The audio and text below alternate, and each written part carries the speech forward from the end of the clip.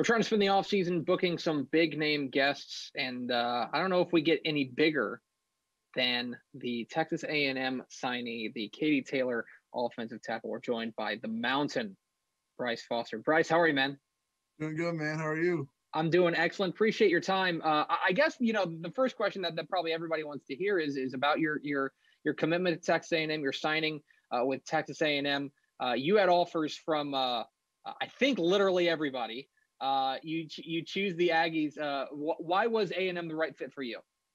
I think Coach Fisher is really putting Texas A&M. He's really pushing them in the right direction, and then their track and field team is just almost unmatched. They get with all this COVID stuff going on, there was a lot of worries about you heard about Clemson, right? Their track and field shut down, right? So I was thinking about that process as well, and A&M looked like the most firm in my opinion, but I'm really excited to help keep pushing A&M to become hopefully one of the best schools in the world, right? But also the education, the Aggie connections after the fact, after football, after track, after all that's over, you can't really lean on football forever. You mentioned the track and field thing. I think people may not know this. They know you as a great offensive tackle. They're from a great offensive lineman there from Katy Taylor. They may not know that you're also one of the finest track athletes in the country, and especially on the shot put. And I'm interested in how you got into the shot put and how you knew that was something you wanted to do long term. Yeah, so when I was younger, I wanted to play 7-on-7 in Montgomery, right? Because that's where I lived before Katy. And they said that it was for all the skill positions and linemen were allowed to be in it. So I was like, well, this is kind of whack. So I'm like, you know what? Okay, I want to find something else to do. I've always been active. And me and my parents went online and we were looking around for something to play or just something to do, right? And we saw this sport where you basically get this metal ball and throw it as far as you can. And you have to be strong, explosive, quick. And we were like, you know what? That sounds like a pretty good sport to go into for me. I was strong, I was big, I was explosive. So I'm like, you know what? Why not? Let's go try it. And then just kind of stuck. First of all, let me just say this, and I think you and I both agree. They should have let you play 7-on-7. I agree. I'm pretty quick. Dude, I got to be honest. If anybody tried to guard you man to man, I feel like you're probably gonna have an advantage. It's the speed, yeah, whatever. There are probably guys out there faster, but I'm telling you, just you're always open above your head. That's just right, that's yeah. me. I'm a big body, just like a center in basketball. All right, I want to ask you a little bit about your recruiting process, especially during you mentioned COVID. This has been a strange year for everybody, and your recruiting started way earlier than before the pandemic. But I'm interested in how the recruiting process changed for you over kind of the last stretch, whenever the dead period and all that stuff. Yeah, I mean, I'm used to that spring when everything got canceled.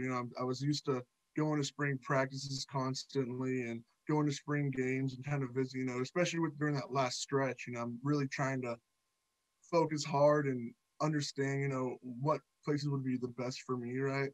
So, I mean, I had that top 5 that I had. And I was really the big decider was going to be based on those official visits that I was going to have. And as soon as those got canceled, I was sitting there at home and I'm like, man, I don't know how I'm going to put these schools apart now, and I talked to a lot of the coaches at the different schools. And we had virtual tours, virtual talks, Zoom meetings, and it was a lot of electronic online stuff because that was really all we could do. So it was definitely a big difference. And I was really hoping for those official visits just to be kind of like the vibe of the team. I think that was also one of the biggest contributors to where I was going to go. I already know a whole bunch of the Texas A&M guys. 2 of them were from my high school, and I played with 2 of them. So I think that's a really big thing for me too. That's really interesting because I know everything kind of changed for everybody with regards to the pandemic. I want to go back to talking a little bit about your high school career there at Katy Taylor. Obviously, you guys made history in your junior year with that run to the state semifinals, and then another strong year in your senior year. I'm interested, from your perspective, when you think back on your high school career, what do you think is going to be your biggest memory? I think it would have to be round 2 of my junior year of that historic run. because I mean, I've been kind of like a athlete, ATH, I guess what you would put in football terms, right? Where you play multiple positions throughout the year, right? I was playing left guard, right guard. I played some right tackle this year. I played some defensive line. I deep snapped for a few games my junior year. Like I was doing quite a bit. But I think the biggest thing was, we go into that round 2 game, and I think it was like Tuesday or Wednesday. We played on Friday, so it was like Tuesday or Wednesday. My coach Sharp, my offensive line coach, walks up to me. He was like, "Man, have you ever played center before?" I was like, "No, I've never snapped in a game ever. I've rarely snapped the ball." And he's like, "Well, you're gonna play it this week." So I had like 2 days of practicing snaps to go from that to a full game of playing center against a guy who was like really strong and really big, right? And like he was a head up nose. So I think and we ended up winning because we never got past that second round, and I don't know how long. So that's probably my biggest like moment. And at the end, there's like the film the film that we had, the last play. You can see like how excited I got after that. After we won, I was going crazy. That's awesome. I think that you've been on a lot of people's recruiting radar for a long time. So you were in, 8th grade and stuff like that. But I know that, and I think, coaches know that you've been working, getting better and things like that. This senior year, over the course of last year, what do you think you've improved on the most? What have you been focusing on as far as getting better? I think a big thing that I like improved on was my effort. Towards like the beginning of my senior year, when I was watching the film, I was looking at myself and I'm like, man, I can put so much more effort into these games, into these practices. So once I finally realized that switch, every day at practice, it was literally to the echo of the whistle until the coaches had to yell at me to stop blocking and stuff like that, just so I could get that in my head. So I didn't have that timer. So a lot of linemen have that 1,001, 1,002, 1,003, and stop blocking because the play should be gone. Like I wanted to get that timer out of my head, and I got it out of my head about the second half of the year. That's really interesting to to hear about you getting better and that kind of that effort in it. So I want to ask you about your nickname. You're known as the Mountain.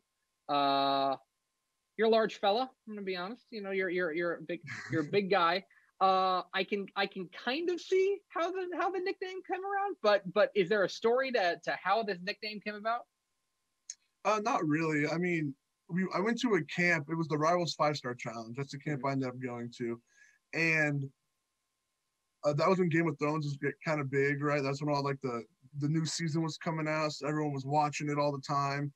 And I went to the Rivals camp, and we had the Big Man Challenge, and I ended up winning it my sophomore year against everybody, against guys like Bryce, who's like a crazy good player for Clemson now. I ended up winning, and so everyone was like, you kind of resemble the Mountain. I'm like, I'm not fat, but like I'm big and burly and stuff like that. So I was like, okay. At first I was kind of iffy on the nickname. I was like, I'm not a big fan of it. And then it just kind of grew on me after that. All right, so finally, I know one of the goals you guys are talking about. You guys want to turn A&M into offensive lineman U, OLU. There's too many DBUs of that. We need the big fellas to start stepping up. You know what I mean? But so I know you're real tight with a lot of those guys. Matthew Wyckoff and Reuben Fothery, Remington Strickland, the Maroon Goons they call you. Okay, the Maroon Goons. But let's just say you're going out to dinner with the Maroon Goons, and you get to call it. All right, you get to say where we're going. Where are the Maroon Goons on the Council of the Mountain? Where are you eating?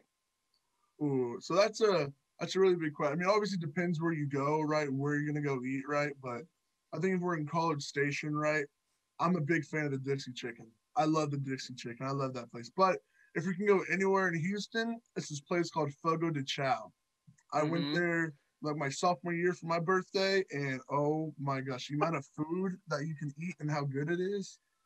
It's a little expensive. It's a little on the expensive side, but hey, it's so worth it. It's worth it. Okay, you got to keep an eye out for the Mountain and the Maroon Goons. He's Bryce Foster. He's the Katy Taylor offensive lineman signee for the Texas A&M Aggies.